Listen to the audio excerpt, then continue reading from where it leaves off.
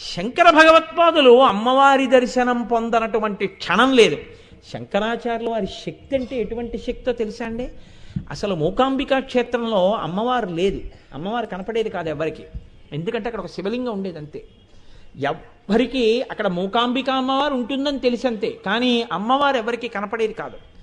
శంకరాచార్యులు వారు వెళ్ళి ఆ మూకాంబికా క్షేత్రంలో ఆ కల్లూరులో ఒక అరుగు మీద కూర్చుని ధ్యానం చేశారు. ధ్యానం చేస్తే ఎవరి కంటికి కనపడకుండా అమ్మవారు అక్కడ ఎలా కూర్చుందో అమ్మవారు ఇక్కడ కనపడింది. కనపడితే శంకరాచార్యుల వారు వెంటనే ప్రార్థన చేశారు. అమ్మా, శంకరాచార్యుల వారి యొక్క దయ ఏమిటో తెలుసా అండి? ఆయన ఏది చూసినా మళ్ళీ అమ్మవారిని ప్రార్థన చేసి తన శిష్యులకి అనగా లోకానికి అంతటికి అందించేశారు, తను దాచుకోలేదు ఆయన.